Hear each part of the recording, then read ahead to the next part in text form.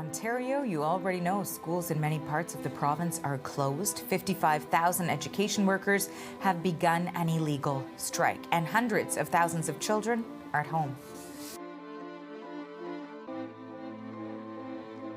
I mean, we're talking about a cost of living crisis, right? And that is for almost any sector of worker.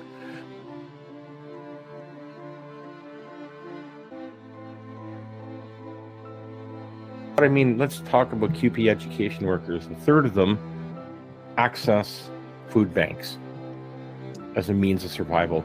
50% of them have second jobs to survive. So we have to ask ourselves why paying a living wage and guaranteeing a safe workplace, a safe and secure workplace, is a controversial statement these days. I don't think it is.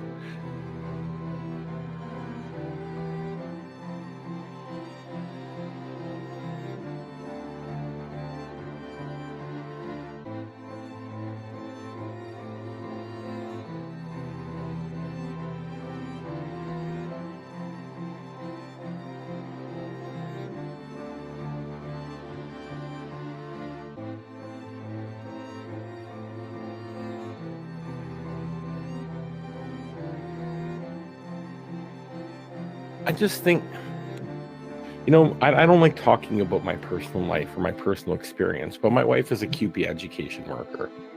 And I would be fucking proud of her if she gets a fine. She's a picket captain. She's going to be there, and I'll be standing there with her. And I would love nothing more than to see a bylaw officer come and hand her a fine. I'll tell you right now,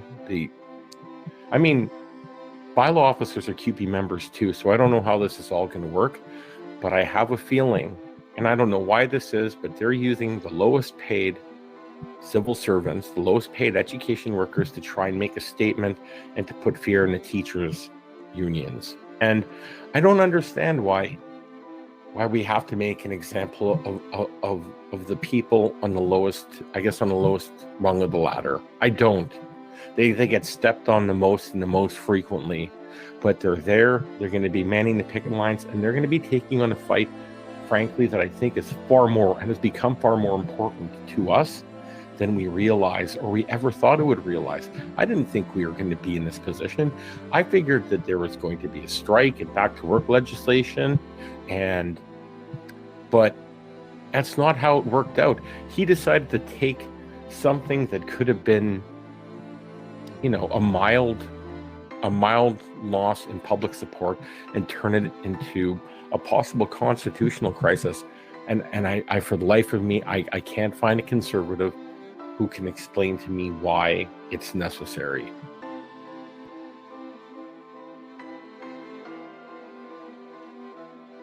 It's just how he brought it in. I mean, it took me when I read the press release that it was being invoked for this, I had to read it 3 or 4 times, and I don't know. I feel like a Pandora's box has been opened now, and there are so many fights that evangelical Christian conservatives and people who have issues with a lot of the progress that we've made as a society, in equality, and we have so much more to go. But I have a feeling that they're going to use this to reopen old fights that should be settled. How can we focus on the future if we're fighting these old, tired fights that we've been fighting my entire lifetime, and likely your lifetime? And it scares the shit out of me, the potential impact that this can have on Canada going forward.